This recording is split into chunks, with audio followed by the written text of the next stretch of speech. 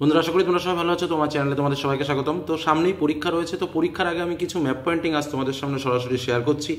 এই ম্যাপ পয়েন্টিংগুলো অন্তত জেনে রাখো, কারণ পরীক্ষাতে 10-এর মধ্যে 10 যদি তুমি পেতে চাও তাহলে এই ম্যাপ পয়েন্টিংগুলো তোমাকে জেনে রাখতেই হবে। এবং এটুকু তোমাদের বলতে পারি যে এই ম্যাপ পয়েন্টিংগুলো একবারের জায়গায় অন্তত 3-4 বার যদি তোমরা প্র্যাকটিস করতে পারো তাহলে পরীক্ষাতে 10-এ 10 পাবে। বোঝা গেল কি বললাম? তোমরা প্রয়োজনে বাজার থেকে কয়েকটা ম্যাপ, এই ধরনের ম্যাপ বাজারে কিনতে পাওয়া যায়, 3টে বা 1 টাকা হাইয়েস্ট নিতে পারে। তো এই ম্যাপগুলো তোমরা 5টা বা 7টা ম্যাপ কিনে এই পয়েন্টগুলো একটু নোট করে মাঝে মাঝে পরীক্ষার আগে কয়েকবার দেখে পরীক্ষার হলে যাও, এবং দেখবে পরীক্ষার হলে একদম 10টা তোমরা কমন পেয়েছো। তো যে কটা বলছি সে কটা নোটস করে নাও বা একটু দাগিয়ে নিতে পারো। প্রথম পয়েন্ট দিল্লি, ঠিক আছে। দ্বিতীয় পয়েন্ট কান্ডালা। কান্ডালাটা কি? অনেক সময় পরীক্ষাতে কান্ডালা রূপেও আসে, আবার অনেক সময় পরীক্ষাতে প্রশ্ন আসে একটি শুল্কমুক্ত বন্দর, সেক্ষেত্রেও কিন্তু কান্ডালা উত্তর হয়। এই যে পয়েন্টটা, এটা হচ্ছে মুম্বাই। এই পয়েন্টটা, এটার আর একটা পয়েন্ট যেটা পরীক্ষাতে আসে, ভারতের প্রবেশদ্বার, ঠিক আছে। আচ্ছা, তারপরে হচ্ছে এই জায়গাটা হচ্ছে চেন্নাই। এই যে জায়গাটা দেখতে পাচ্ছ, এটা চেন্নাই। অনেক সময় এই প্রশ্নটা ঘুরিয়ে কিভাবে আসে, ভারতের ডেট্রয়েট। কি বললাম, বোঝা গেল?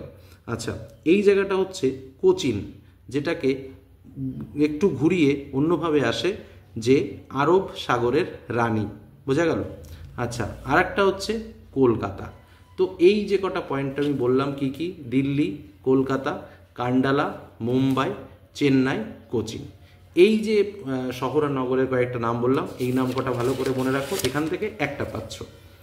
নেক্সট যেটা তোমাদের বলবো, উপরের এই যে জায়গাটা রয়েছে, এই জায়গাটা হচ্ছে কেটু। খুব ভালো করে মনে রাখবে, কেটু, ঠিক আছে। নেক্সট এই জায়গাটা হচ্ছে লাদাখ মালভূমি। এই অংশটা, এইটুকু জায়গা শুধু দেখাবে শিবালিক পর্বত, এদিকেও দেখানো যায়, শুধু এটুকু দেখালেও হবে। নেক্সট এই যে অংশটা রয়েছে, এটা মেঘালয় মালভূমি। এইটা হচ্ছে সাতপুরা পর্বত, আর এটা হচ্ছে তোমার ডেকান ট্রাপ মালভূমি। ঠিক যে কটা তোমাদের এবছর ইম্পর্টেন্ট, আমি কিন্তু ঠিক সে কটাই বলছি। আর এই যে পয়েন্টটা রয়েছে, এটা হচ্ছে নীলগিরি পর্বত। ওকে, পর্বত বা ভূপ্রকৃতির মধ্যে এই যে পয়েন্ট কটা বললাম, এগুলো একটু ভালো করে, আর আরাবলিটা বললাম, এই যে এই লেভেলটা হচ্ছে আরাবলি, খুব ভালো করে মনে রাখবে। নেক্সট যেটা খুব ইম্পর্টেন্ট একটা বিষয়, সেটা হচ্ছে শিলং এবং মৌসিনরাম প্রভৃতি, দুটোই খুব ইম্পর্টেন্ট। কারণ বৃষ্টিবহুল অঞ্চল বা বছরে 2বার বৃষ্টিপাত হয়, এরকম বললেই কিন্তু আমরা মৌসিনরাম দেখাবো, তাই তো। আর বৃষ্টির ছায়া অঞ্চল যদি বলে তাহলে আমরা কি দেখাবো? শিলংকে দেখাবো। মনে থাকবে তো? নেক্সট যেটা বলবো সেটা হচ্ছে করমণ্ডল উপকূল।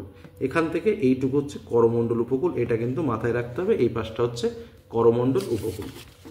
নেক্সট আমরা এটা বললাম আমরা জলবায়ু থেকে। নেক্সট আমরা একটু ভালো করে দেখে রাখি এই জায়গাটা, করমণ্ডল উপকূল তো আমি এটা বললাম, আর ঠিক তার ওপরে কি রয়েছে না, উত্তর সরকার উপকূল। এই সাইডে রয়েছে কঙ্কন উপকূল, এই সাইডে রয়েছে মালাবার উপকূল। একদম লাস্ট বিন্দুর নাম হচ্ছে কন্যাকুমারিকা। এই যে ফাঁকা জায়গাটা, এই জায়গাটার নাম হচ্ছে পক প্রণালী। আর একদম ম্যাপের শেষ দিকে যে বিন্দু রয়েছে সেটাকে বলা হয় ইন্দিরা পয়েন্ট। আরও আছে উপরে ইন্দিরাকল, সেগুলো আসে না। ঠিক যেগুলো যেগুলো দরকার, যেটা যেটা তোমাকে মনে রাখতে হবে, আমি ঠিক সেটাই কিন্তু তোমাকে বলছি। বোঝা গেল? নেক্সট পয়েন্টে আমরা চলে যাই, নদী। নদীর মধ্যে বিশেষ বিশেষ নদীগুলো কি কি আছে? এই জায়গাটা আমাদের রয়েছে সম্বর লেক। আচ্ছা, এটা হচ্ছে সবরমতী। দেখো, নদীর ক্ষেত্রে কিন্তু ম্যাপ পয়েন্টিংয়ে এরকমভাবে তীরটা কিন্তু তোমাকে দিতেই হবে, কারণ তীর না দিলে কিন্তু পরীক্ষাতে নম্বর নাও পেতে পারো, কারণ নদীর প্রবাহপথটা দেখাতে হয়। এই নদীটা হচ্ছে আমাদের তাপ্তি নদী, এইটা হচ্ছে আমাদের মহানদী। এই যে যে খাদযুক্ত যে জায়গাটা আছে, এটাকে বলছি আমরা চিল্কা হ্রদ। এখান থেকে আমাদের উঠে গেছে গোদাবরী নদী। আচ্ছা, গোদাবরী নদীর দেখো প্রবাহপথ এই দিকে, আর তাপ্তি নদীর প্রবাহপথ কিন্তু এই দিকে, ঠিক আছে। আচ্ছা, নেক্সট এই যে জায়গাটা, যেটা কিন্তু কোলেরু হ্রদ, তার ঠিক একটুখানি নিচেই রয়েছে পুলিকট হ্রদ। এই দিকটা জায়গা দিয়ে গেছে হচ্ছে কৃষ্ণা নদী। কৃষ্ণার থেকে একদম নিচের দিক থেকে এই যে জায়গাটা, এখান থেকে গেছে কাবেরী নদী। আর এই জায়গাটা রয়েছে আমাদের লোকটাক হ্রদ। এই কটার মধ্যেও কিন্তু একটা হবে, প্রত্যেকটা ম্যাপের মধ্যে থেকে একটা করে প্রশ্ন কিন্তু তোমরা কমন পাবে। তাহলে কি কি বললাম? সম্বর হ্রদ, সবরমতী, তাপ্তি নদী, গোদাবরী, মহানদী, চিল্কা, পুলিকট, কৃষ্ণা আর কাবেরী। এই ম্যাপ পয়েন্টগুলো কিন্তু অবশ্যই অবশ্যই মনে রাখতে হবে, বিশেষ করে নদ নদীর জন্য। পরের পয়েন্টে চলে আসি, যেটা আমাদের পরীক্ষাতে আসার সম্ভাবনা সব থেকে বেশি, সেটা হচ্ছে কৃষ্ণ মৃত্তিকা। এই যে অঞ্চলটা রয়েছে সেটা কৃষ্ণ মৃত্তিকা। যদি ল্যাটেরাইট যুক্ত মৃত্তিকা বলে তাহলে এই নিচের দিকটা দেখাতে হবে, লোহিত মৃত্তিকা বললে এইটা দেখাতে হবে, লবণাক্ত মৃত্তিকা বললে তোমরা এই জায়গাটা দেখাতে পারো, বা একদম এই যে সুন্দরবন অঞ্চলগুলো, এই যে জায়গাটা রয়েছে এই জায়গাটাও কিন্তু তোমরা দেখাতে পারো। বা বালি মৃত্তিকা যদি বলে বা সিরোজেম মৃত্তিকা বললে কিন্তু তোমরা এই জায়গাটা তোমরা দেখাতে পারো, সিরোজেম মৃত্তিকা। কিন্তু যাই হোক, যে কটা আমি বললাম ইম্পর্টেন্ট এই কটা রয়েছে, যে কারণে ইম্পর্টেন্টগুলোকে আমি আলাদা করে তোমাদের সামনে তুলে ধরছি। নেক্সট, স্বাভাবিক উদ্ভিদ। যদি চিরহরিত অরণ্য আসে তাহলে এই সাইডের এই যে জায়গাটা রয়েছে এই জায়গাটাকে চিরহরিত অরণ্য দেখাবে। ম্যানগ্রোভ অরণ্য, যেটা কিন্তু ভেরি ভেরি ইম্পর্টেন্ট, এইটা হচ্ছে সুন্দরবন অঞ্চলে ম্যানগ্রোভ অরণ্য। আচ্ছা, এখানেও চিরহরিত অরণ্য তোমরা এটুকু দেখাতে পারো। পর্ণমোচী, একদম সহজ কথায় এই যে সারাউন্ডটা রয়েছে আমার, এই সম্পূর্ণ সারাউন্ডটা কিন্তু পর্ণমোচী। আর একটা হচ্ছে মরু উদ্ভিদ, হচ্ছে এই জায়গাটা। অনেকে আবার এই সাইডটা দেখায়, কিন্তু এই সাইডটা কিন্তু দেখালে হবে না, মনে রাখতে হবে, কারণ একদম বালির উপরে কিন্তু কোনো উদ্ভিদ জন্মাতে পারে না।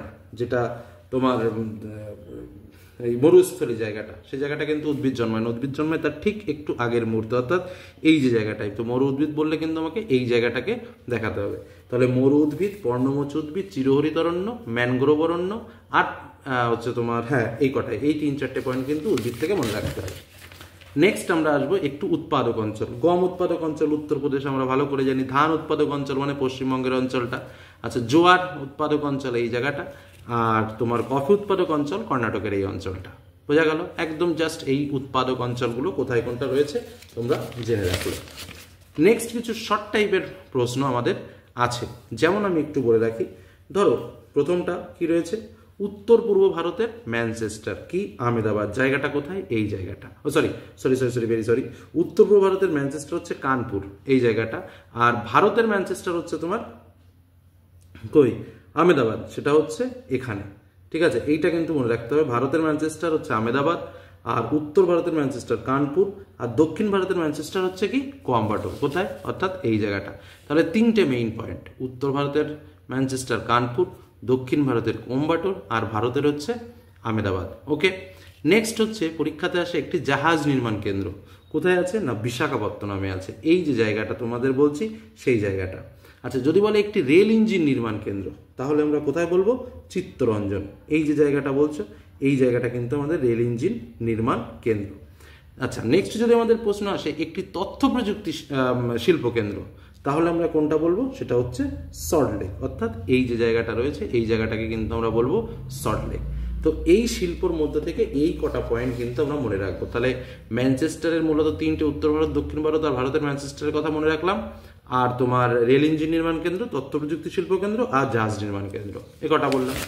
নেক্সট, আর আমাদের আজকের আলোচনার একদম লাস্ট পয়েন্টে আমরা চলে আসব, কান্ডালা, যেটা আমরা আগেও বলেছি, মুম্বাই, যেটাও আমরা আগে বলেছি। আচ্ছা, এটা কিন্তু ভারতের মহানগর, শুল্কমুক্ত বন্দর আগে বলেছি। যেটা এখানে একটু এক্সট্রা রয়েছে সেটা হচ্ছে, যদি পরীক্ষাতে আসে যে আন্তর্জাতিক বিমানবন্দর নেতাজি সুভাষচন্দ্র, সেটা কোথায়? সেটা কিন্তু আমাদের কলকাতাতেই। ঠিক আছে, আর হলদিয়া বলে এক্সট্রা ম্যাপ পয়েন্টিং আসে, সেটাও কিন্তু ঠিক তার পাশেই, অর্থাৎ এই যে জায়গাতে। এই যে ম্যাপ পয়েন্টিংগুলো তোমাদের আমি একের পর এক শেয়ার করলাম, যে কটা ম্যাপ পয়েন্টিং, এগুলো একটু ভালো করে পরীক্ষা দিতে যাও, দেখবে এর মধ্যেই তোমরা কমন পেয়েছো, এটুকুই বলতে পারি। কিন্তু এগুলো তোমাকে প্র্যাকটিস করতে হবে, একটু প্র্যাকটিস না করলে করা কিন্তু সম্ভব নয়। তো সকলের পরীক্ষা ভালো হোক, সকলেই প্র্যাকটিস করে যেও, এই বলে আজকের আলোচনা শেষ করলাম। ধন্যবাদ।